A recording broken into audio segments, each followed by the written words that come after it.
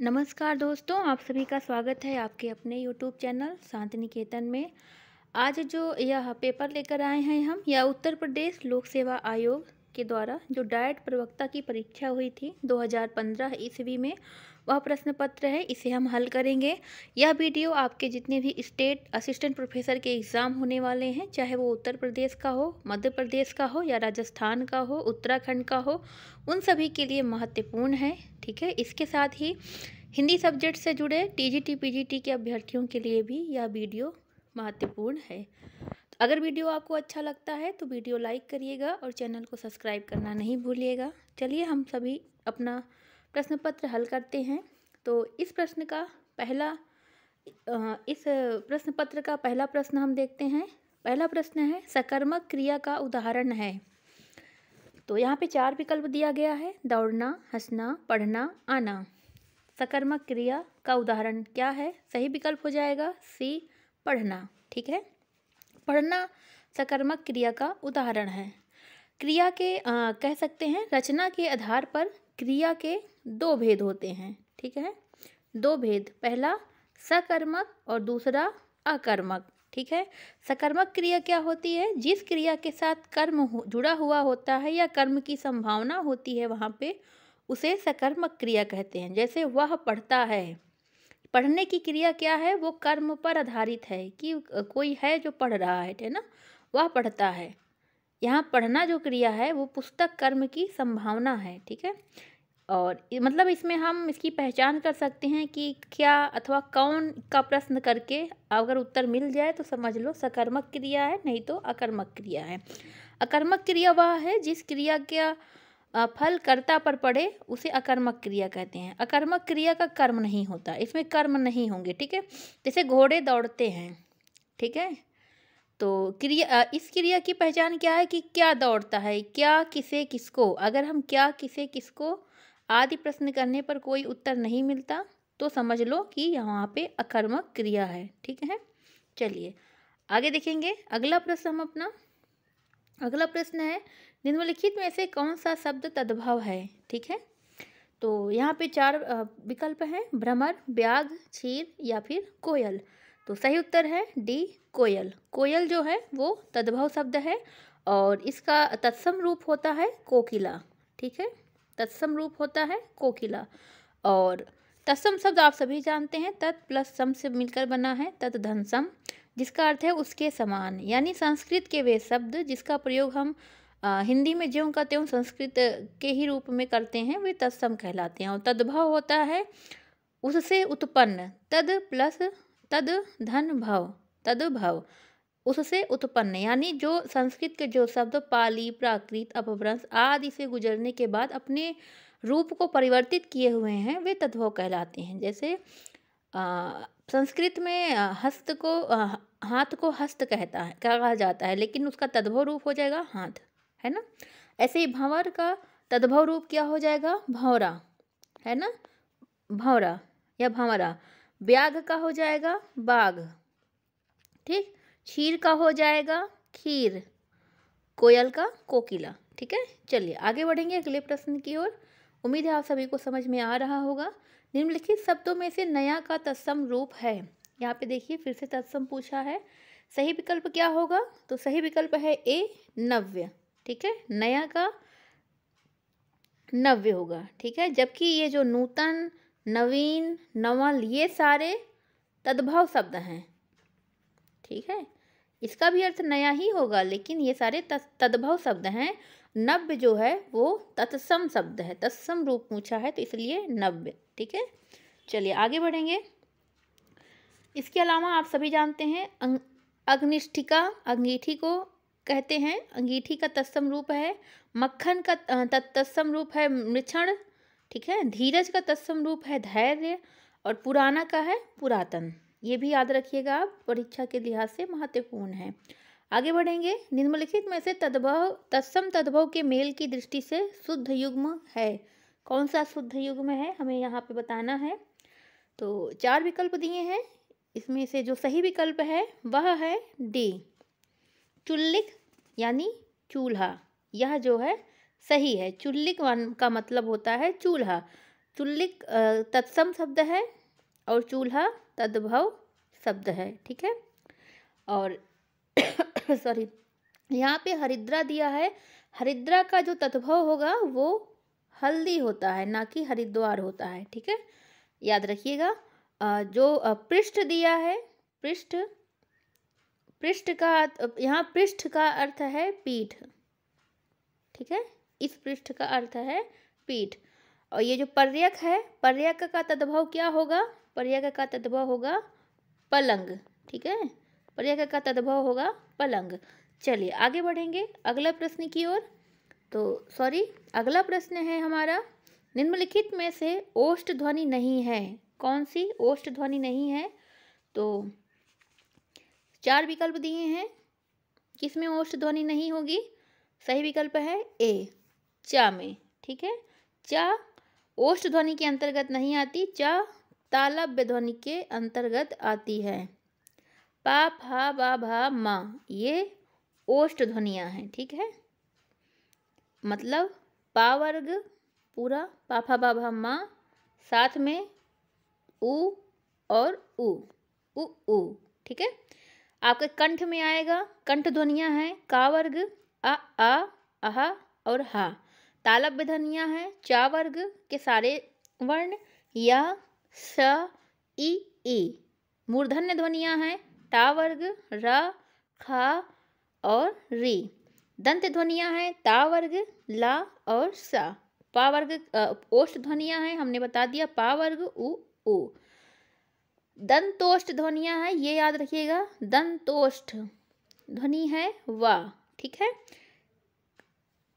चलिए इसके साथ ही कंठ तालव्य ध्वनियाँ हैं, कंठ तालव्य ध्वनियाँ हैं ए, ये कंठ तालव्य ध्वनियाँ हैं। और कंठोष्ठ ध्वनि है ओ, औ, ठीक है। चलिए उम्मीद है आपको समझ में आया होगा। आगे बढ़ेंगे अगले प्रश्न की ओर। अगला प्रश्न है, सॉरी, जल शब्द का पर्यायवाची है। तो जल शब्द का पर्यायवाची क्या है? यहाँ पे 4 विकल्प दिए गए हैं, सलिल, अनल, अमीय, जीवनक, ठीक है। सही उत्तर हो जाएगा ए, सलिल, ठीक है। चलिए जल का पर्यायवाची वारी, आप सभी जानते हैं, नीर, सलिल, तोय, अम्बु, सॉरी आब, पय, ये सभी जल की पर्यायवाची है, ठीक है। और अगर बात करें अमी का पर्यायवाची शब्द क्या है? अमृत और सुधा, पीयूष,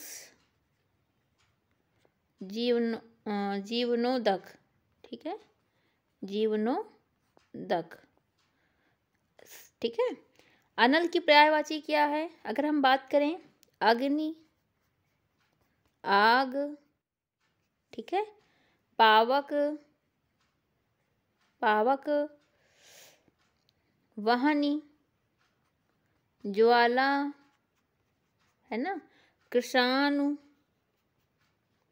दहन, ठीक है, हुतासन, वायु सखा। अभी देखिए वहाँ लॉस एंजल्स में कैसे जंगल की आग भड़की हुई है ना। चलिए आगे बढ़ेंगे अगले प्रश्न की ओर हम। शाखा मृग शब्द का पर्यायवाची है। 4 विकल्प दिए हैं, हिरण, बानर, तोता या फिर पावरा। सही विकल्प है बी, बानर। बानर शाखा मृग का पर्यायवाची है। देखेंगे बंदर की पर्यायवाची। बंदर को कहा जाता है कवि, कीस, हरि, कर्कश, शाखा मृग, वानर, ठीक है। हिरण को कहा जाता है हिरण की पर्यायवाची देखें, सारंग, ठीक है, कुरंग और मृग बारहसिंघा, चिंतन, सुरभि, ठीक है। तोता की पर्यायवाची है सुआ, रक्ततुंड,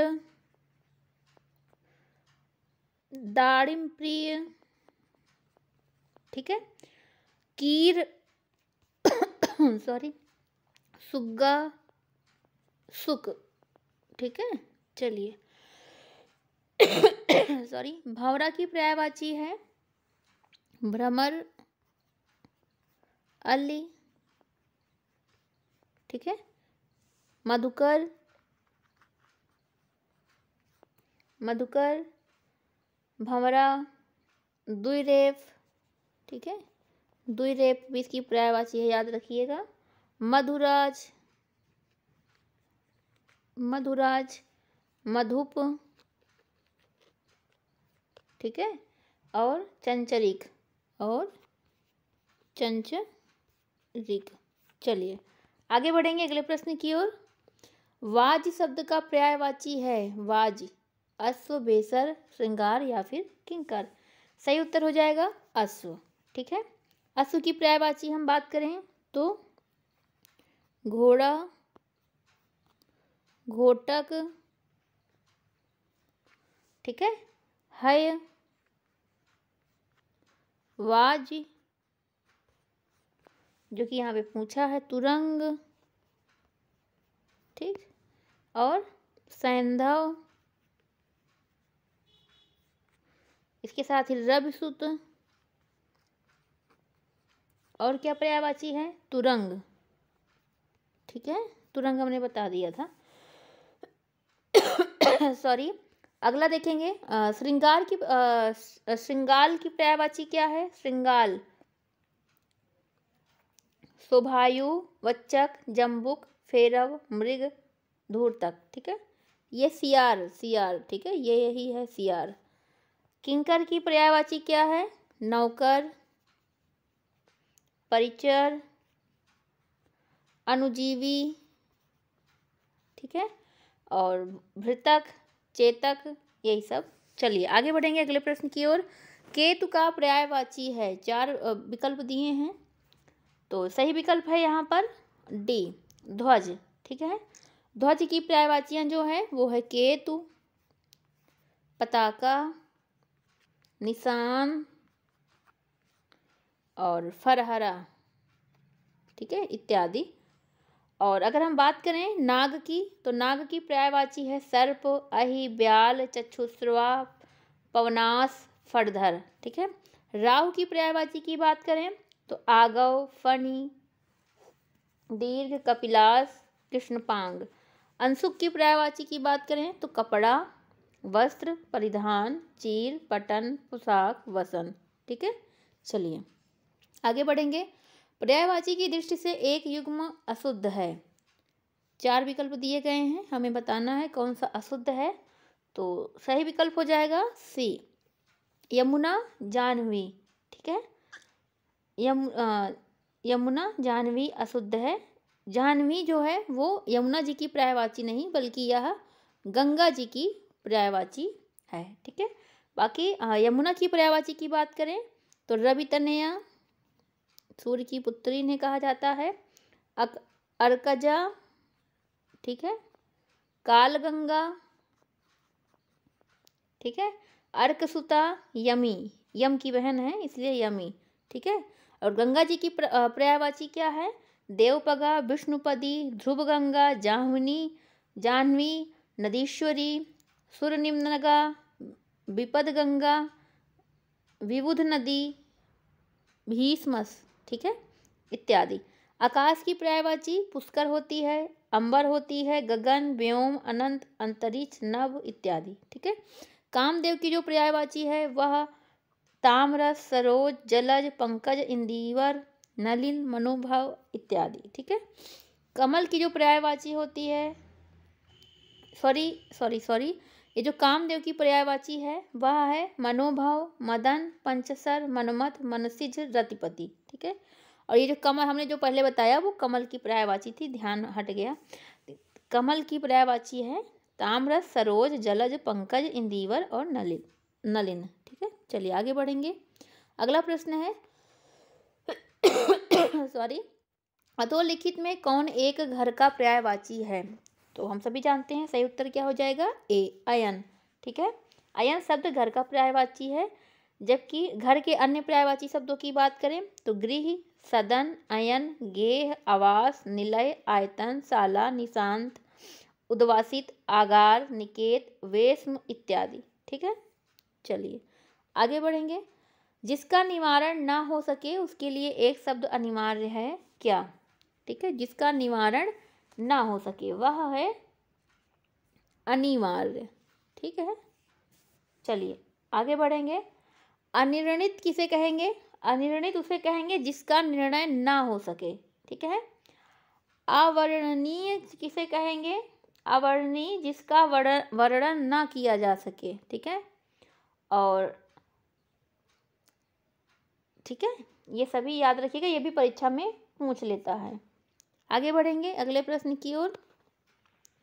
जल में रहने वाले प्राणी के लिए एक शब्द है, जलज, जलनदी, जलचर, जलभर। तो हम सभी जानते हैं जलचर, जल में रहने वाले प्राणी जलचर कहलाते हैं। ठीक है,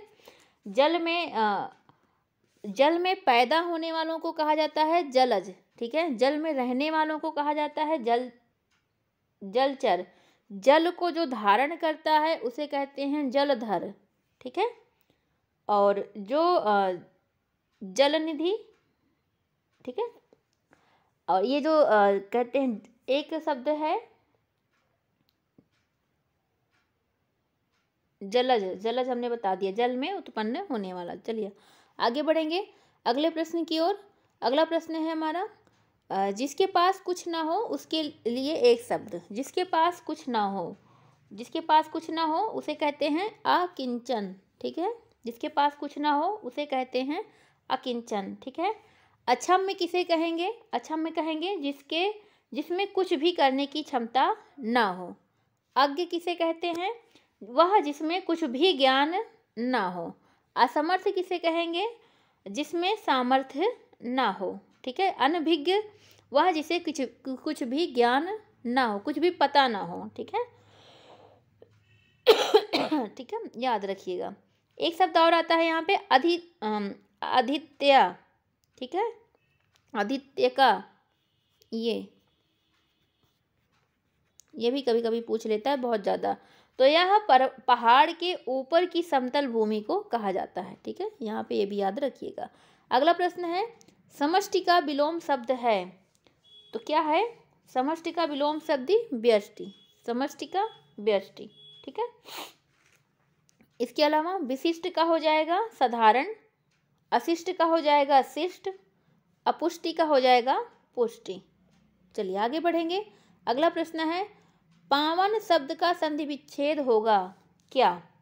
तो पावन शब्द का संधि विच्छेद होगा, विकल्प सही है, पौ धन अन, पौ धन अन। यह इसमें कौन सी संधि है? इसमें है अयादि संधि। ठीक है, कौन सी संधि है? अयादि संधि। ठीक है, यहाँ पे क्या हो जाता है? अयादि संधि वह होती है जब ए, ऐ, ओ, औ का मेल किसी भिन्न स्वरों से होता है। तो ए का ऐ हो जाएगा, ऐ का आय हो जाएगा, औ का अव हो जाएगा, और औ का आव हो जाएगा। ठीक है, यानी ए का ऐ, ऐ का आव, आय, ओ का अव, और औ का आव। ठीक है, तो इसीलिए पो है, पौ है, पौ धन अन, तो औ का हो जाएगा आव, तो पा में आव जुड़ जाएगा तो पाव। ठीक है, पाव, पावन, पावन, वही हो गया पावन। उम्मीद है आप सभी को समझ में आ गया होगा। ठीक है, चलिए आगे बढ़ेंगे। ऐसे ही हो जाएगा चे धन अन, चे धन अन, तो ए है यहाँ पे, ए और आ। ठीक, तो क्या हो जाएगा? ए का आय हो जाता है, तो यहाँ पे हो जाएगा चयन। ठीक है, चलिए आगे बढ़ेंगे अगले प्रश्न की ओर। अगला प्रश्न है, निम्नलिखित में से किस शब्द में उपसर्ग का प्रयोग नहीं हुआ है? तो विकल्प है भरपूर, भरसक, भरतार, भरपेट। तो सही विकल्प है सी, भरतार में उपसर्ग का प्रयोग नहीं हुआ है। ठीक है, भरपूर, भरसक, भरपेट में भर उपसर्ग का प्रयोग हुआ है। ठीक है, चलिए आगे बढ़ेंगे। अगला प्रश्न है, संस्कृत के वे शब्द जो हिंदी में ज्यों के त्यों प्रयुक्त होते हैं वे कहे जाते हैं क्या? अभी अभी हमने बताया था, वे सभी तत्सम शब्द कहलाते हैं। ठीक है, आगे बढ़ेंगे। अगला प्रश्न है, रसोई घर का समास विग्रह है, क्या है? तो सही विकल्प हो जाएगा ए, रसोई के लिए घर। ठीक है, रसोई के लिए घर। आप सभी कमेंट करके बताइए कि इसमें कौन सा समास है रसोई घर में। आगे बढ़ेंगे। अगला प्रश्न है, क्रिया का आधार सूचित करने वाला कारक है। 4 विकल्प दिए गए हैं, अपादान कारक, संबंध कारक, अधिकरण कारक या फिर संप्रदान कारक। तो क्रिया का आधार सूचित करने वाला जो कारक होता है वह होता है अधिकरण कारक। ठीक है, अधिकरण कारक जिसका चिन्ह है में या पर। ठीक है, जैसे नाव जल पर तैरती है। ठीक है, क्रिया का आधार ये सूचित कर रहा है। ठीक है, नाव कहाँ तैर रही है? जल पर तैर रही है। ठीक है, चलिए आगे बढ़ेंगे। अगला प्रश्न है, प्रश्नोत्तर प्रणाली के प्रणेता सुकरात हैं। तो सॉरी, इस प्रश्न में ही कुछ गड़बड़ी है। प्रश्नोत्तर प्रणाली के प्रणेता कौन है यहाँ पे पूछना चाहिए था, यहाँ पे कौन है? तो वह है सुकरात। प्रश्न में ही उत्तर दे दिया है। ठीक है, तो चलिए आगे बढ़ेंगे। अगला प्रश्न है, ये यहाँ पे याद रखिएगा, कुछ शिक्षण विधियों से संदर्भित प्रश्न पूछ लेता है। जैसे तो आगमन विधि जो है वो अरस्तु की है, निगमन विधि प्लेटो की है, प्रोजेक्टर विधि हेनरी किलपैट्रिक की है, समस्या समाधान विधि सुकरात की है, पर्यटन विधि पेस्टोलॉजी की है। ठीक है, आगे बढ़ेंगे। अगला प्रश्न है, निम्नलिखित में से कौन सा शिक्षण सूत्र नहीं है? ठीक है, तो सही विकल्प क्या होगा? डी, अनुकरण से अभ्यास। ये शिक्षण सूत्र नहीं है, बाकी जितने सारे हैं वे सभी शिक्षण सूत्र हैं। ठीक है, शिक्षण सूत्रों की बात करें तो सरल से जटिल की ओर, ज्ञात से अज्ञात की ओर, स्थूल से सूक्ष्म की ओर, पूर्ण से अंश की ओर, अनिश्चित से निश्चित की ओर, प्रत्यक्ष से अप्रत्यक्ष की ओर, विशिष्ट से सामान्य की ओर, विश्लेषण से संश्लेषण की ओर। ठीक है, चलिए ये अनुकरण से अभ्यास कुछ नहीं है। आगे बढ़ेंगे। शुद्ध उच्चारण का मूल्यांकन होता है लिखित परीक्षा में, मौखिक परीक्षा में, प्रायोगिक परीक्षा में या फिर इनमें से कोई नहीं। तो लिखित शुद्ध उच्चारण का मूल्यांकन होता है मौखिक परीक्षा के द्वारा। ठीक है, क्योंकि व्यक्ति सही रूप से उच्चारण कर पा रहा है, जब अब उससे वो बोलेगा तभी तो जान पाएगा। ठीक है, तो मौखिक परीक्षा के द्वारा शुद्ध उच्चारण का मूल्यांकन किया जाता है। अगले प्रश्न की ओर बढ़ेंगे। अगला प्रश्न है, शिक्षण की कौन सी अवधारणा सत्य है? 4 विकल्प दिया गया है, तो सही विकल्प हमारा हो जाएगा डी, उपर्युक्त सभी। शिक्षण एक कला है, एक तकनीकी है और एक जटिल कार्य है, ये सब कुछ है। ठीक है, जॉन डीवी ने कहा था शिक्षण एक त्रिमुखी प्रक्रिया है। ठीक है, आगे बढ़िए। अगला प्रश्न है, परोपकार का अर्थ समझाने के लिए उपयुक्त युक्ति है कौन सा? परोपकार का अर्थ, तो यहाँ पे सही विकल्प क्या होगा? बी, संधि विच्छेद उक्ति के माध्यम से। ठीक है, संधि विच्छेद के माध्यम से पर धन उपकार। ठीक है, परोप, यहाँ पे आ उ मिलकर ओ हो गया। ये कौन सी संधि है? ये है गुण संधि। ये कौन सी संधि है? गुण संधि। और गुण संधि के तहत ये मिलके हो गया परोपकार। ठीक है, चलिए आगे बढ़ेंगे। अगला प्रश्न है, माध्यमिक स्तर पर व्याकरण शिक्षण की सर्वोपयुक्त प्रणाली है, तो सही विकल्प हो जाएगा सी, आगमन निगमन प्रणाली। ठीक है, आगमन निगमन प्रणाली। आगे बढ़ेंगे अगले प्रश्न की ओर। अगला प्रश्न है हमारा, द्वितीय भाषा शिक्षण की विधि है। विकल्प दिया है प्रश्नोत्तर विधि, अनुवाद विधि, व्याख्यान विधि या फिर उपर्युक्त में से कोई नहीं। तो यहाँ पे सही विकल्प हो जाएगा बी, अनुवाद विधि। ठीक है, द्वितीय भाषा शिक्षण की विधि अनुवाद विधि है। इसके प्रवर्तक कौन है? रामकृष्ण गोपाल भंडारकर, इसको याद रखिएगा। आगे बढ़ेंगे, अगला प्रश्न है अर्थग्रहण उद्देश्य से तात्पर्य है। क्या तात्पर्य है? 4 विकल्प दिया है। सही उत्तर क्या हो जाएगा? सही उत्तर है ए, धैर्य पूर्वक सुनकर एवं पढ़कर भावानुभूति कर सकना ही अर्थ ग्रहण का उद्देश्य है, कि हमने अर्थ को ग्रहण कर लिया। अर्थ ग्रहण पर आधारित कुछ विधियां हैं, जैसे देखो और कहो विधि, वाक्य विधि, कहानी विधि, अनुकरण विधि, संपर्क विधि। आगे बढ़ेंगे अगले प्रश्न की ओर। अगला प्रश्न है हमारा, मूल्यांकन में निष्पक्षता बनाए रखने के लिए प्रश्न होने चाहिए। कैसे प्रश्न होने चाहिए? 4 विकल्प दिया है। सही विकल्प है जो हमारा यहाँ पे वह है डी, वस्तुनिष्ठ प्रश्न। ठीक है, चलिए आगे बढ़ेंगे। अगला प्रश्न है, भाषा तत्वों का ज्ञान प्राप्त करना मुख्य उद्देश्य है किसका? तो सही विकल्प हो जाएगा बी, गद्य शिक्षण का।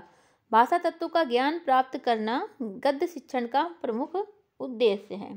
ठीक है, चलिए आगे बढ़ेंगे। अगला प्रश्न है हमारा, संपूर्ण अर्जित ज्ञान को इकाई मानकर जो योजना बनाई जाती है उसे कहते हैं, उसे क्या कहते हैं? विकल्प है हर्बर्ट की पंचपदी योजना, सहसंबंध योजना, समवाय योजना, इकाई योजना।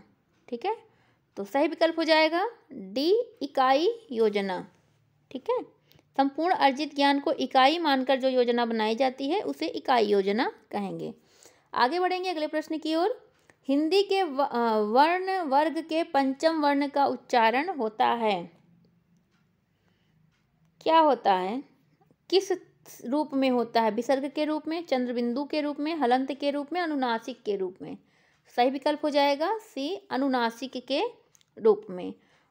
सभी वर्णों के 5वां अक्षर जो है अंगा, ठीक है, आड़ा, इया, ना, मा, इन्हें ही पंचमाक्षर कहते हैं और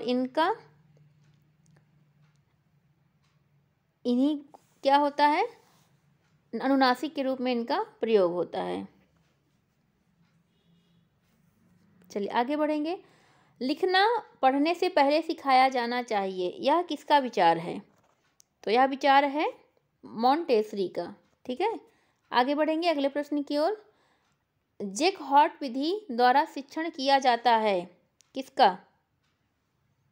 कौन सा शिक्षण किया जाता है जैकहॉट विधि के द्वारा? लेखन शिक्षण।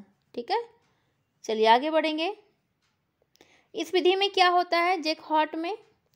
जैकहॉट विधि में शिक्षक बालकों द्वारा पढ़े हुए वाक्यों को स्वयं लिखकर छात्रों को लिखने के लिए दे देता है और छात्र एक एक शब्द लिखकर अध्यापक द्वारा लिखे वाक्यों से मिलान करते हैं और संशोधन करते हुए चलते हैं। ठीक है, और जब वाक्य पूरा लिख लेने के बाद टीचर क्या करता है? छात्रों को बिना देखे हुए लिखने को कहेगा।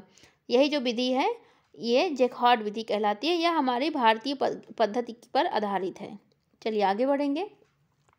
गृह कार्य उपयोगी होता है शारीरिक स्वास्थ्य के लिए, चरित्र निर्माण के लिए, पाठ के अभ्यास के लिए या फिर उपर्युक्त सभी के लिए। तो सही विकल्प हो जाएगा गृह कार्य उपयोगी होता है पाठ के अभ्यास के लिए। होमवर्क स्कूल में दिया जाता था ना, वही, ताकि स्कूल में जो पढ़ाया गया है उसका रिवीजन हो जाए। आगे बढ़ेंगे। हिंदी साहित्य का आदिकाल हिंदी का एक इतिहास ग्रंथ है, इस ग्रंथ के रचनाकार का नाम बताइए। तो रचनाकार हिंदी साहित्य का आदिकाल, सही विकल्प है सी, हजारी प्रसाद द्विवेदी। ठीक है, इनकी 3 ग्रंथ हैं। इतिहास, हिंदी साहित्य के इतिहास से संदर्भित हिंदी साहित्य की भूमिका 1940, हिंदी साहित्य उद्भव और विकास 1952, हिंदी साहित्य का आदिकाल 1952। ठीक है, आगे बढ़ेंगे। अगला प्रश्न है हमारा, मुकरी लिखने का सर्वप्रथम प्रयास किस कवि ने किया था? तो सही विकल्प हो जाएगा सी, अमीर खुसरो ने। ठीक है, अमीर खुसरो ने सर्वप्रथम मुकरी लिखा था। ये निजामुद्दीन औलिया के शिष्य थे। इनके ग्रंथों की अगर हम बात करें तो खालिक बारी, पहेलियाँ, मुकरियाँ, दो सुखने, गजल इत्यादि। ठीक है, इनकी पहेलियों और मुकरियों में उक्ति वैचित्र की प्रधानता है। आगे बढ़ेंगे। अगला प्रश्न है हमारा, तुलसी गंग दों भय सुकविन के सरदार, उक्त उक्ति के रचनाकार कौन है? तो यहाँ पे सही विकल्प होगा हमारा ए, भिखारी दास। ठीक है, भिखारी दास की रचनाओं की हम बात करें तो रस सारांश, काव्य निर्णय, श्रृंगार निर्णय, छंदोर्णव पिंगल, अमर कोश या शब्दनाम प्रकाश, विष्णु पुराण भाषा, शतरंज शतिका। ठीक है, चलिए। और केशवदास की प्रमुख पंक्ति क्या है? यद्यपि सुजाति सुलक्षणी, सुबरन सरस सुवृत, भूषण बिनु न बिराजहि, कविता वनिता मित। ठीक है, रहीमदास ने क्या कहा है? रहीमदास कहते हैं, जय गरीब पर हित करें, हे रहीम बड़ लोग, कहाँ सुदामा बापुरो, कृष्ण मिताई जोग। कवि गंग की प्रमुख पंक्ति है, सीबे कहाँ नवाब जो, ऐसी देनी देन, ज्यों ज्यों कर ऊंचों कियो, त्यों त्यों नीचे नैन। ठीक है, बहुत अच्छी पंक्तियां हैं। चलिए आगे बढ़ेंगे अगले प्रश्न की ओर। रस निष्पत्ति के संदर्भ में चित्त तुरंग के संस्थापक आचार्य हैं। तो कौन से आचार्य हैं जिन्होंने चित्त तुरंग न्याय की स्थापना की? तो सही विकल्प हो जाएगा बी, आचार्य शंकुक। ठीक है, आचार्य शंकुक रससूत्र के दूसरे व्याख्याता हैं और इनका है अनुमीतिवाद। कौन सा सिद्धांत है? अनुमीतिवाद। ठीक, चलिए आगे बढ़ेंगे। मतलब इसमें चित्त तुरंग का मतलब है चित्र में बने घोड़े को देखकर यह कहना कि यह घोड़ा है, चित्त तुरंग न्याय कहलाता है। इस पे उन्होंने अपना दिया है, व्याख्या की है रस की। ठीक है, रस के जो सूत्र हैं उसकी। आगे बढ़ेंगे, अगला प्रश्न है हमारा, हीनयान और महायान शाखा किस धर्म से संबंधित रहे? बहुत आसान से प्रश्न इसमें पूछा गया है। सही विकल्प है डी, बौद्ध धर्म। ठीक है, हिंदी व्याकरण ग्रंथ शब्दानुशासन के रचनाकार हैं। कौन है? तो यह भी आसान सा ही प्रश्न है। कौन है? किशोरीदास वाजपेयी। सही विकल्प हो जाएगा बी। ठीक है, किशोरीदास वाजपेयी, इन्हें हिंदी का पाणिनि कहा जाता है। किशोरीदास वाजपेयी को हिंदी का पाणिनि कहा जाता है। इनकी अगर हम कुछ अन्य रचनाओं की बात करें तो ब्रजभाषा का व्याकरण, हिंदी शब्द निर्माण, साहित्य निर्माण, हिंदी शब्द मीमांसा, भारतीय भाषा विज्ञान। ठीक है, चलिए आगे बढ़ेंगे। कबीर वाणी के डिक्टेटर थे, यह कथन किसका है? सही विकल्प हो जाएगा सी, हजारी प्रसाद द्विवेदी।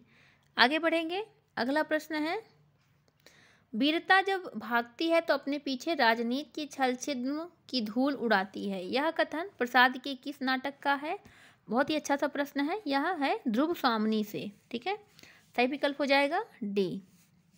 ध्रुव स्वामिनी की रचना 1933 ईस्वी में की थी और यह एक बेमेल विवाह इत्यादि स्त्री समस्या से संबंधित इनका नाटक है। ठीक है, चलिए। अजातशत्रु का समय कब है? तो 1922 ईस्वी।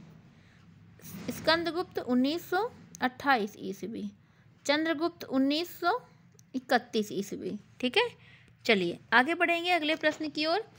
मुंशी धनपत राय को प्रेमचंद नाम से सुशोभित करने वाले व्यक्ति का नाम क्या है? मुंशी धनपत राय को प्रेमचंद का नाम से किसने सुशोभित किया? तो सही विकल्प हो जाएगा ए, मुंशी दया नारायण। मुंशी दया नारायण। चलिए, ये उर्दू के लेखक थे और प्रेमचंद जी को उपन्यास सम्राट की जो संज्ञा है वह हमारे बंगला कथाकार शरद चंद्र चट्टोपाध्याय जी ने दिया था। ठीक है, आगे बढ़ेंगे अगले प्रश्न की ओर। धर्म की रसात्मक अनुभूति का नाम भक्ति है। उपर्युक्त कथन आचार्य रामचंद्र शुक्ल के किस निबंध का अंश है? तो सही उत्तर हो जाएगा बी, मानस की धर्म भूमि। मानस की धर्म भूमि, और यह चिंतामणि भाग 1 में संकलित है। ठीक है, जिसका समय है 1939 ईस्वी। इसमें अन्य निबंध हैं भाव या मनोविकार, उत्साह, श्रद्धा और भक्ति, करुणा, लज्जा और ग्लानि, लोभ और प्रीति, घृणा, ईर्ष्या, भय, क्रोध, कविता क्या है, भारतेंदु हरिश्चंद्र, तुलसी का भक्ति मार्ग, काव्य में लोक मंगल की साधनावस्था, साधारणीकरण और व्यक्ति वैचित्र्यवाद, और है एक रसात्मक बोध के विविध स्वरूप। चलिए आगे बढ़ेंगे, अगला प्रश्न है, आधुनिक भारतीय आर्य भाषाओं के उदय के पूर्व आर्य भाषा का कौन सा रूप विद्यमान था? तो यहाँ पे सही विकल्प हो जाएगा डी, अपभ्रंश, ठीक है, अपभ्रंश था। आगे बढ़ेंगे, अगला प्रश्न है हमारा, खड़ी बोली में जो खड़ी शब्द है उसका सर्वप्रथम प्रयोग किसने किया था? तो सही विकल्प हो जाएगा सी, लल्लू लाल ने, लल्लू लाल ने किया था, ठीक है। लल्लू लाल की रचनाओं की बात करें, सिंहासन बत्तीसी 1799, बैताल पच्चीसी 1801, शकुंतला नाटक 1810, माधो नल 1801, राजनीति, प्रेम सागर 1810, माधव विलास और प्रेम चंद्रिका, और एक और है ब्रजभाषा व्याकरण 1801 इत्यादि। आगे बढ़ेंगे, अगला प्रश्न है हमारा, सदल मिश्र की रचना है नासिकेतोपाख्यान, भोलानाथ तिवारी का ग्रंथ है भाषा विज्ञान और हरदेव बहारी का भाषा विज्ञान। अगले प्रश्न की ओर बढ़ते हैं, हिंदी साहित्य का अतीत नामक इतिहास ग्रंथ के रचनाकार का नाम बताना है। बहुत आसान सा प्रश्न है, विश्वनाथ प्रसाद मिश्र, ठीक है। चलिए आगे बढ़ेंगे, अगला प्रश्न है हमारा, अगले प्रश्न है, कलाधर उपनाम से रचना करने वाले का नाम है, क्या नाम है? कौन कलाधर के नाम से रचनाएं किया करता था? सही विकल्प है डी, जयशंकर प्रसाद, ठीक है। जयशंकर प्रसाद की पहली कविता थी सावक पंचम और यह 1906 में भारतेंदु पत्रिका में कलाधर उपनाम से प्रकाशित हुई थी। इनका बचपन में जो नाम था वह था झारखंडी, ठीक है। प्रसाद की प्रथम छायावादी कविता है प्रथम प्रभात, ठीक है, जो कि 1918 ईस्वी में प्रकाशित हुई, जो कि झरना नामक इनकी काव्य संग्रह में संकलित है, ठीक है। झरना को छायावाद की प्रथम रचना भी माना जाता है, इसको छायावाद की प्रथम प्रयोगशाला भी कहा जाता है, ठीक है। और इनकी एक और रचना है प्रसाद की आंसू, जो कि 133 छंदों का एक विरह काव्य है, इसे हिंदी का मेघदूत भी कहा जाता है, ठीक है। और एक और इनके संदर्भ में बिंदु है कि शांति प्रिय द्विवेदी ने कामायनी को छायावाद का उपनिषद कहा है। जयशंकर प्रसाद को प्रेम और सौंदर्य का कवि माना जाता है। चलिए, जितनी महत्वपूर्ण बातें थी हमने यहाँ पे आपको बता दी। अगला प्रश्न है, मेरे राम का मुकुट भीग रहा है निबंध अपने समय में बड़ा चर्चित रहा है, इस निबंध के लेखक कौन है? तो सही विकल्प हो जाएगा विद्यानिवास मिश्र, ठीक है। यह एक ललित निबंध है और इसकी रचना 1974 ईस्वी में हुई थी, ठीक है।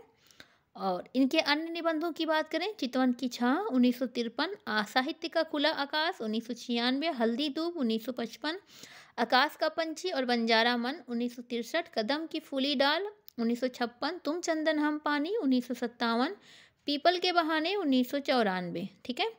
कुबेरनाथ राय के प्रमुख निबंधों की अगर हम बात करें, प्रिया नीलकंठी 1968, रस आखेटक 1970, गंधमादन 1972, विषाद योग 1973, निषाद बांसुरी 1974, पर्ण मुकुट, ठीक है। हजारी प्रसाद द्विवेदी के निबंधों की बात करें तो अशोक के फूल 1948, कल्पलता 1951, मध्यकालीन धर्म साधना 1952, विचार और वितर्क 1957, विचार प्रवाह 1959, कुटच 1964, साहित्य सहचर 1965, आलोक पर्व 1972। प्रताप नारायण मिश्र के निबंधों की अगर हम बात करें तो धोखा, दांत, बालक, वृद्ध, आप, बात, खुशामद, मनोयोग, समझदार की मौत, हादा, नास्तिक, ईश्वर की मूर्ति इत्यादि। सॉरी, आगे बढ़ेंगे, अगला प्रश्न है हमारा, निम्नलिखित उपन्यासों में श्रीलाल शुक्ल का कौन सा उपन्यास है? तो सही उत्तर हो जाएगा यहाँ पर डी, सीमाएं टूटती हैं। सीमाएं टूटती हैं श्रीलाल शुक्ल का है। इनके उपन्यासों में हमें राजनीति, व्यंग और आंचलिकता का मिश्रण देखने को मिलता है। इनके प्रमुख उपन्यास हैं सूनी घाटी का सूरज 1957, अज्ञातवास 1962, राग दरबारी 1968, विश्रामपुर का संत 1998, पहला पड़ाव 1976, मकान 1976, ठीक है। एक चिथड़ा सुख जो है वह निर्मल वर्मा की रचना है। उखड़े हुए लोग जो है वो राजेंद्र यादव की रचना है। तीसरा आदमी कमलेश्वर की रचना है। चलिए आगे बढ़ते हैं, अगला प्रश्न है, गजानन माधव मुक्तिबोध की रचना चांद का मुख टेढ़ा है में कौन सी कविता संकलित नहीं है?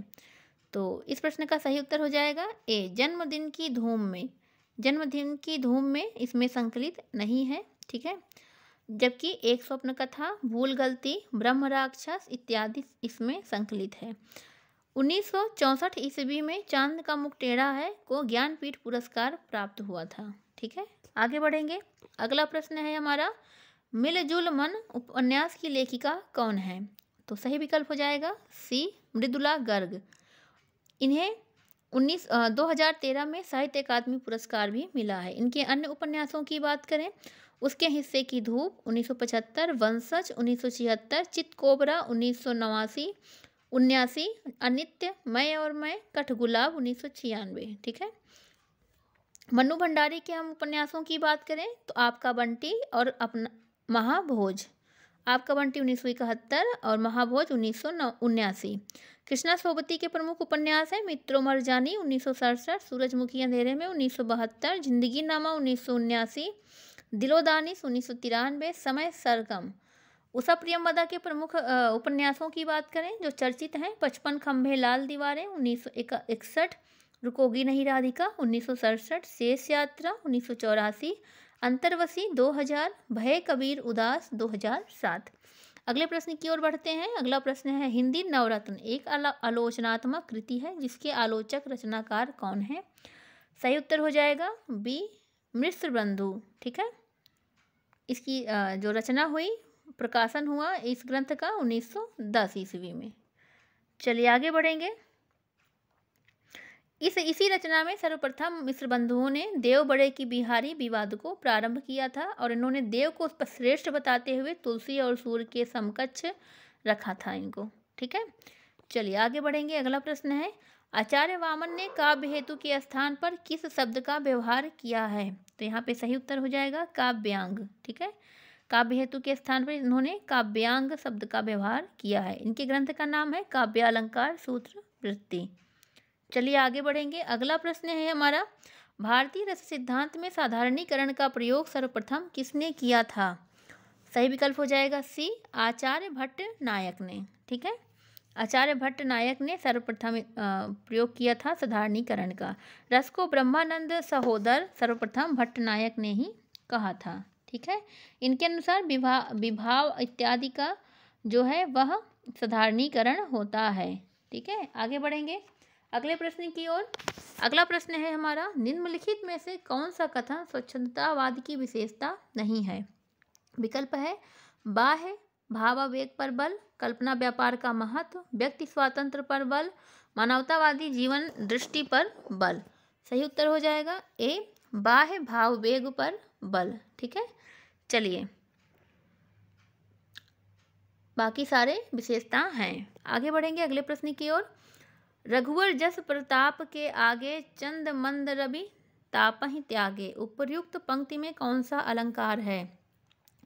सही उत्तर हो जाएगा डी, व्यतिरेक अलंकार है। ठीक है, जहाँ काव्य में जहाँ उपमेय को उपमान से श्रेष्ठ बताया जाता है वहाँ व्यतिरेक अलंकार होता है। ठीक है, उल्लेख अलंकार कहाँ होता है? जहाँ एक वस्तु का वर्णन अनेक प्रकार से किया जाए वहाँ पे उल्लेख अलंकार होता है। जैसे तू रूप है किरण में, सौंदर्य है सुमन में, तू प्राण है पवन में, विस्तार है गगन में। एक ही वस्तु का वर्णन अनेक प्रकार से किया जा रहा है। ठीक है, जहाँ बिना कारण के ही कार्य की उत्पत्ति हो जाए वहाँ पे विभावना अलंकार, कर बिनु सुने कर बिनु कर्म करे विधुनाना। ठीक है, जो एक पंक्ति है वही इसका उदाहरण मान लीजिएगा। उत्प्रेक्षा अलंकार तो हम जानते ही हैं, जहाँ उपमेय में उपमान की संभावना या कल्पना कर ली जाए वहाँ उत्प्रेक्षा अलंकार होता है। ठीक है, आगे बढ़ते हैं। अगला प्रश्न है हमारा, मंगल करनि कलिमल हरनि, तुलसी कथा रघुवर की, उपर्युक्त पंक्ति में कौन सा छंद है? तो इस प्रश्न का सही उत्तर हो जाएगा बी, हरिगीतिका। ठीक है, हरिगीतिका छंद है। हरिगीतिका छंद क्या होता है? 4 चरणों वाला एक सममात्रिक छंद होता है। 4 चरणों वाला एक सममात्रिक छंद होता है। हरिगीतिका में टोटल 28 मात्रा होती हैं, 16 और 12 पे यति होती है और अंत में लघु गुरु का आना अनिवार्य है। ठीक है, लघु और गुरु, लघु गुरु, लघु गुरु। ठीक है, चलिए इस छंद का अधिकतर प्रयोग ईश्वर की वंदना में ही किया जाता है। चौपाई क्या है? चौपाई एक सममात्रिक छंद है। इसके प्रत्येक चरण में 16-16 मात्राएं होती हैं। प्रत्येक चरण में 16 मात्राएं होती हैं और अंत में 2 गुरु वर्ण होते हैं और अंत में जगण और तगण का आना इसमें वर्जित होता है। रोला छंद क्या है? यह एक सममात्रिक छंद है। इसके प्रत्येक चरण में 24 मात्राएं होती हैं और प्रत्येक चरण में 13 और 11 मात्राओं पर यति होती है। ठीक है। प्रत्येक चरण के अंत में 2 लघु या 2 गुरु की योजना इसमें होती है। मालनी छंद क्या है? मालनी एक वर्णिक छंद है। ये वर्णिक छंद है और जिसमें 4 चरण होते हैं और प्रत्येक चरण में 15 वर्ण होते हैं, जो नगण, एक मगण, 2 यगण क्रम लिए हुए रहते हैं। ठीक है, चलिए आगे बढ़ेंगे। मात्रा स्वर को क्या कहते हैं? सही उत्तर हो जाएगा समरूप। इसे ग्रेफीम भी कहा जाता है। किसी वर्ण या ध्वनि के उच्चारण काल को मात्रा कहते हैं। ठीक है, जितना समय लगता है हमें उससे उच्चरित करने में, वही मात्रा है। आगे बढ़ेंगे। अगला प्रश्न है, हिंदी कोश में सर्वप्रथम कौन सा शब्द आएगा? तो दिए गए क्रम हमें अगर सही देखें तो अंकन। ठीक है, अंकन शब्द सबसे पहले आएगा। ठीक है, क्योंकि अंक अन जो वर्ग होता, ये जो वर्ण है अन, ये आ से छोटा होता है। ठीक है, तो पहले ये आएगा। ठीक है, इस तरह से क्रम चलता है, जैसे अंग,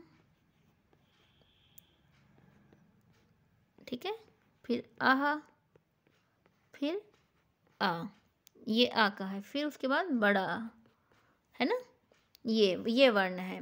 तो सबसे पहले कौन आएगा? ये आएगा। ठीक है, दूसरे नंबर पे ये आएगा, फिर ये में कोई भी आएगा।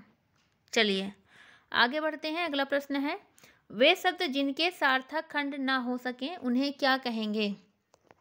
सही उत्तर हो जाएगा मूल या ऋण शब्द। ठीक है, जैसे राम, गाय, कान, हाथ, इन्हें 2 खंडों में विभाजित नहीं कर सकते। विभाजित कर देंगे तो कोई अर्थ नहीं निकलेगा, है ना।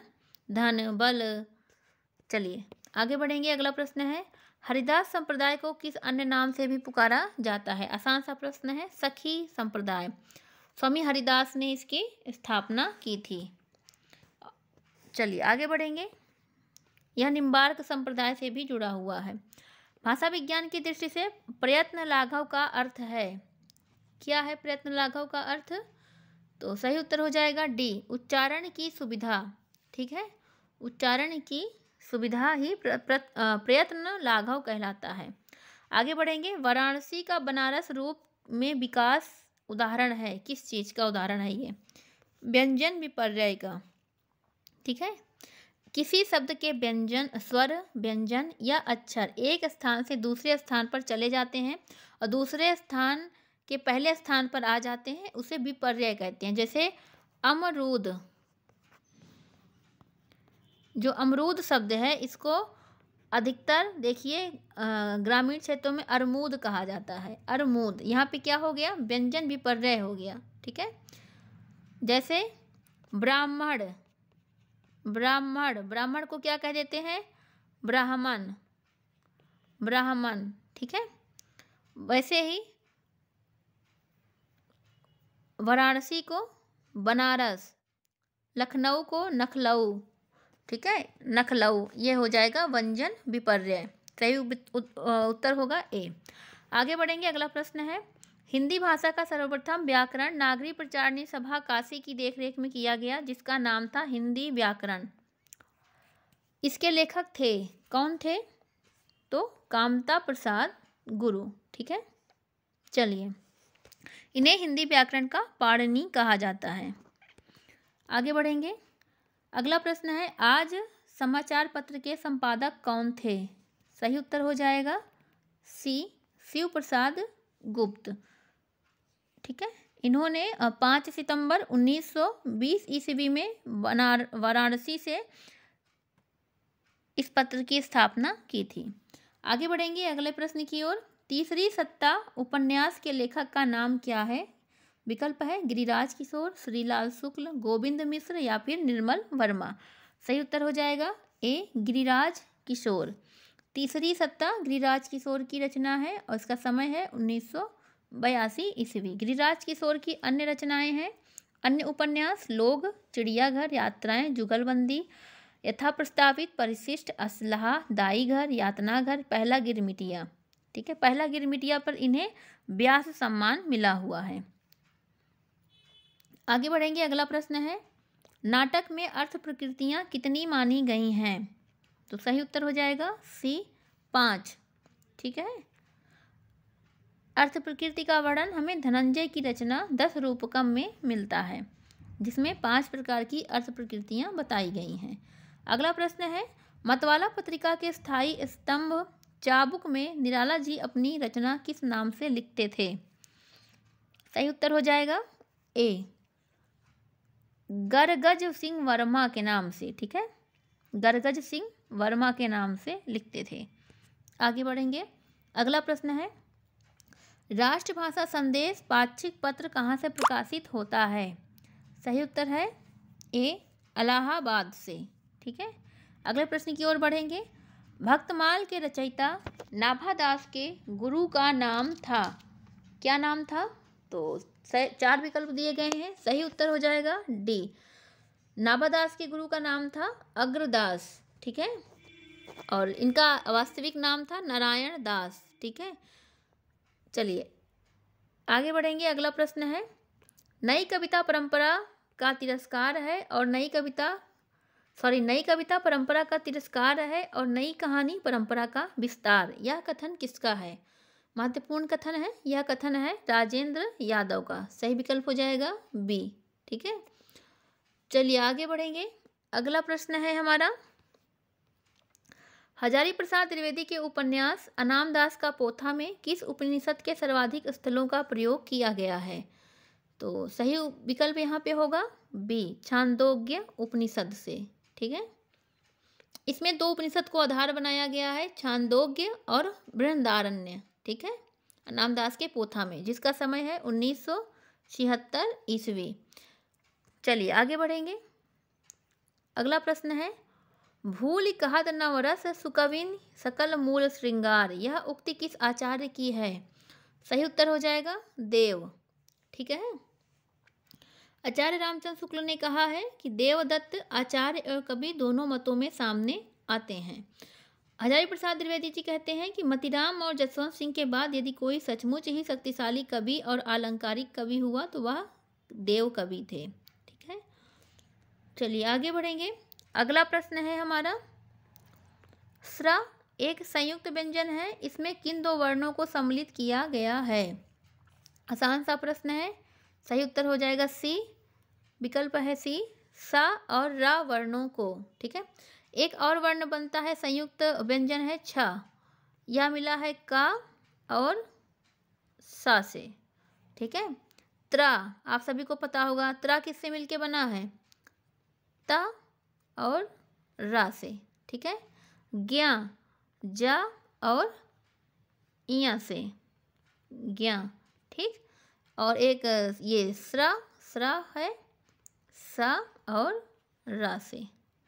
ठीक है, चलिए आगे बढ़ेंगे, अगला प्रश्न है वर्तनी की शुद्धता को ध्यान में रखते हुए नीचे दिए गए विकल्पों में कौन शुद्ध है? सही उत्तर हो जाएगा डी कवयित्री।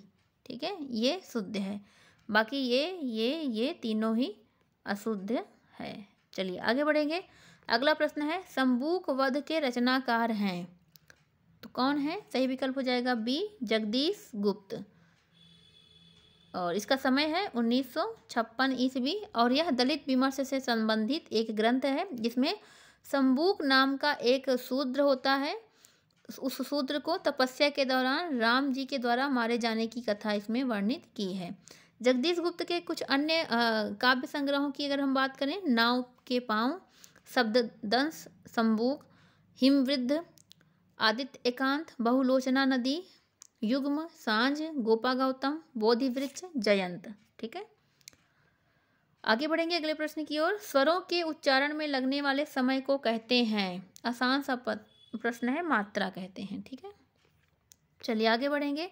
अगला प्रश्न है, जमुन जल तुम काव्य के रचनाकार हैं, कौन है? केदारनाथ अग्रवाल। सही विकल्प हो जाएगा डी। ठीक है।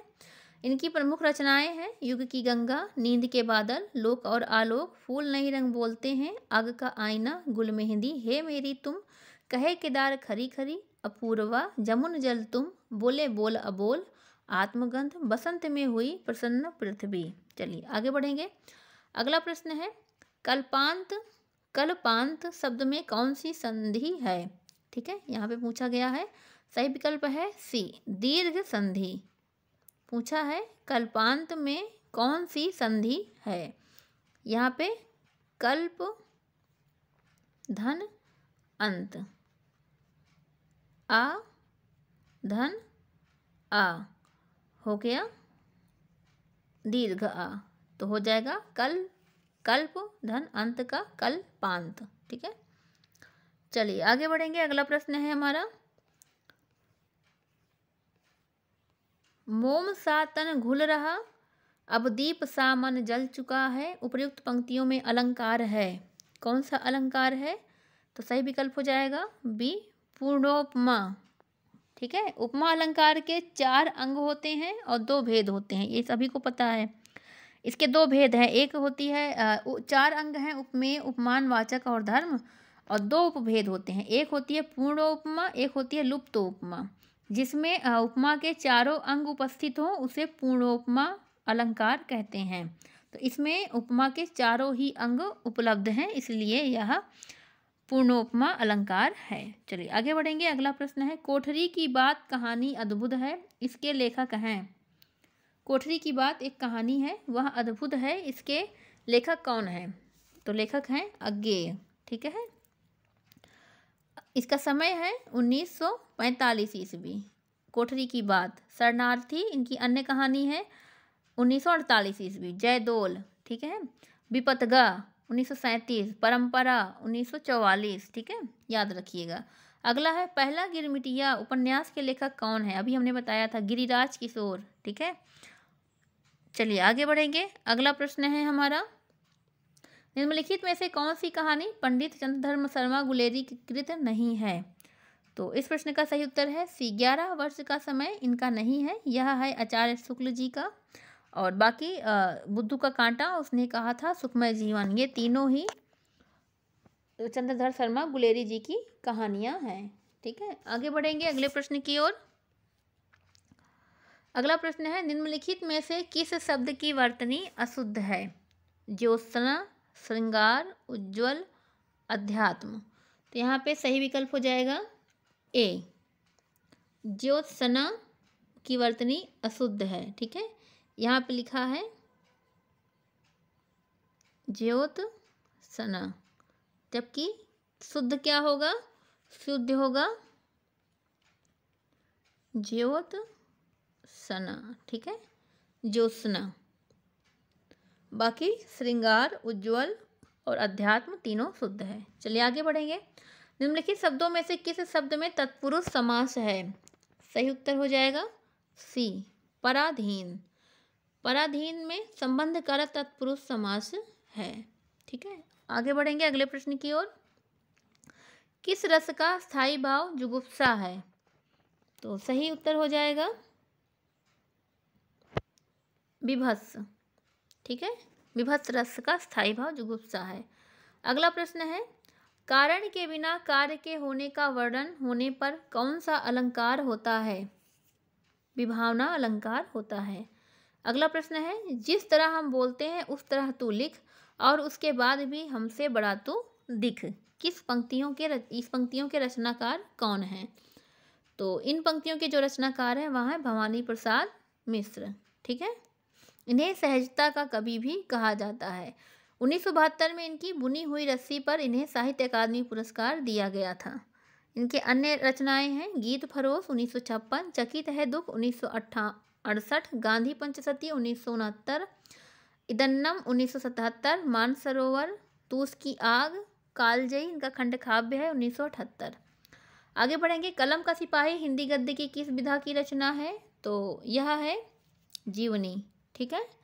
मुंशी प्रेमचंद के पुत्र अमृत राय ने 1962 ईस्वी में लिखा था। चलिए आगे बढ़ेंगे। इस रचना के लिए अमृत राय को साहित्य अकादमी पुरस्कार भी मिला है। काव्य मीमांसा के लेखक कौन है? बहुत आसान सा प्रश्न है, राजशेखर। ठीक है, चलिए आगे बढ़ेंगे। अगला प्रश्न है हमारा, निराला के अनुसार हिंदी में मुक्त छंद किस छंद की बुनियाद पर सफल हो जाता है? तो सही उत्तर है डी, कवित्त छंद के बुनियाद पर मुक्त काव्य जो है वो सफल हो जाता है। निराला ने कवित्त को हिंदी का जातीय छंद कहा है। इसके अलावा निराला को हिंदी में मुक्त छंद का प्रवर्तक माना जाता है। आगे बढ़ेंगे। अगला प्रश्न है, अचार शब्द किस भाषा में आकर हिंदी में प्रयुक्त हुआ है? किस भाषा से आया हुआ है अचार शब्द? तो पुर्तगाली भाषा से आया हुआ है। सही विकल्प हो जाएगा ए। ठीक है, पुर्तगाली भाषा से जो अन्य शब्द आए हैं वो अनानास, आलपिन, अलमारी, अलकतरा, तंबाकू, पपीता, चाबी, कमीज, कमरा, काजू, गमला, गोदाम, पिस्तौल, मेज, ये सब पुर्तगाली शब्द हैं।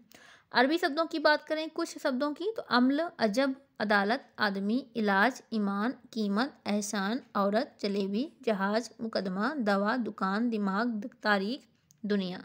ठीक है, फारसी शब्दों की बात करें, आवाज़, आमदनी, आतिशबाजी, कुश्ती, कारीगर, कबूतर, खरगोश, गिरफ्तार, गवाह, जागीर, जिंदगी, जोश, तमाशा, दुकान। फ्रेंच शब्द है कूपन, कारतूस, अंग्रेजी। ठीक है, इत्यादि। आगे बढ़ेंगे। निम्नलिखित में से कौन सा शब्द देशज है? तो सही उत्तर हो जाएगा पेड़, बी। ठीक है, आगे बढ़ेंगे। अगला प्रश्न है, मछली घर नामक काव्य संग्रह के संपादक कौन है? सही उत्तर है बी, विजय देव नारायण शाही। ठीक है, यह तीसरे शतक के कवि रहे हैं। आगे बढ़ेंगे। अगला प्रश्न है, निम्नलिखित में से किस आलोचना ग्रंथ के लेखक का नाम सही नहीं है? तो ये जो इसको थोड़ा छोटा कर दें ताकि आपको दिखे, इसमें थोड़ा दो विकल्प नहीं है, यहाँ पे हम ऐड कर दे रहे हैं। सी में है तुलसी काव्य मीमांसा, तुलसी काव्य मीमांसा, और इधर है उदय भानु सिंह, और डी में है निराला की साहित्य साधना 1 और 2 रामविलास शर्मा। तो सही कौन नहीं है ये हमें बताना था, तो सही हो जाएगा ए, रस मीमांसा। रस मीमांसा जो है वो आचार्य रामचंद्र शुक्ल का है, हजारी प्रसाद द्विवेदी का नहीं है। सही विकल्प इसमें ए है। ठीक है, ये शुक्ल जी का है, ना कि हजारी प्रसाद द्विवेदी का। कबीर मीमांसा रामचंद्र तिवारी का है। तुलसी काव्य मीमांसा ये उदय भानु सिंह का है। निराला की साहित्य साधना भाग 1 भाग 2 दोनों रामविलास शर्मा का है। ठीक है, आगे बढ़ेंगे। अगला प्रश्न है हमारा, सिंधी भाषा का विकास अपभ्रंश की किस शाखा से हुआ है?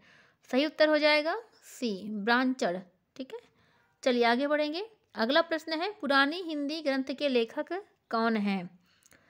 तो चंद्रधर शर्मा गुलेरी। अगला प्रश्न है हमारा, सूफी मुक्तक काव्य का प्रथम रचयिता निम्नलिखित में से कौन सा कवि है? तो कौन सा कवि था? अमीर खुसरो। सही विकल्प हो जाएगा बी। ठीक है, सूफी मुक्तक काव्य के प्रथम रचयिता अमीर खुसरो। चलिए आगे बढ़ेंगे। अगला प्रश्न है, ने ही महाब्रज भाषा प्रवीण और सुंदरतानी के भेद को जाने, भाषा प्रवीण स्वच्छंद सदा रहे, सो घन जी के कवित्व बखाने। कवि प्रशस्ति में लिखा गया उक्त सवैया किसका है? तो सही उत्तर हो जाएगा ए, ब्रजनाथ का।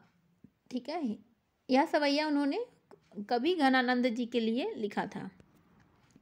आगे बढ़ेंगे। अगला प्रश्न है, सूफी काव्य परंपरा का एक ग्रंथ है इंद्रावती, इसके लेखक हैं नूर मोहम्मद। आगे बढ़ेंगे। अगला प्रश्न है, निम्नलिखित में से कौन सा उपन्यास कमलेश्वर का नहीं है? सही विकल्प हो जाएगा सी, चौखट। चौखट कमलेश्वर का नहीं है, यह द्रोणवीर कोहली का है। ठीक है, द्रोणवीर कोहली का। बाकी काली आंधी, डाक बंगला, कितने पाकिस्तान, ये सारे कमलेश्वर के हैं। एक सड़क 57 गलियां, डाक बंगला, लौटे हुए मुसाफिर, समुद्र में खोया आदमी, काली आंधी, तीसरा आदमी, सुबह दोपहर शाम, रेगिस्तान, कितने पाकिस्तान, ये सब कमलेश्वर की रचनाएं हैं। निम्नलिखित में से परिणाम बोधक विशेषण है? भूखे लोग, सूखे पेड़, सूनी धरती, कम आमदनी। परिमाण बोधक विशेषण कौन हो जाएगा? डी, कम आमदनी। ठीक है, चलिए आगे बढ़ेंगे। भारत मित्र पत्रिका के संपादक थे, कौन थे? बाबू बाल मुकुंद गुप्त। ठीक है, यह पत्रिका 1877 ईस्वी में सब कलकत्ता से निकलती थी और साप्ताहिक थी। ठीक है, चलिए आगे बढ़ेंगे। गद्य शिक्षण का मुख्य स्वरूप है ज्ञानात्मक पाठ, सही विकल्प हो जाएगा बी। आगे बढ़ेंगे। गद्य शिक्षण की सबसे प्रभावी प्रविधि है स्पष्टीकरण प्रविधि, सही विकल्प हो जाएगा ए।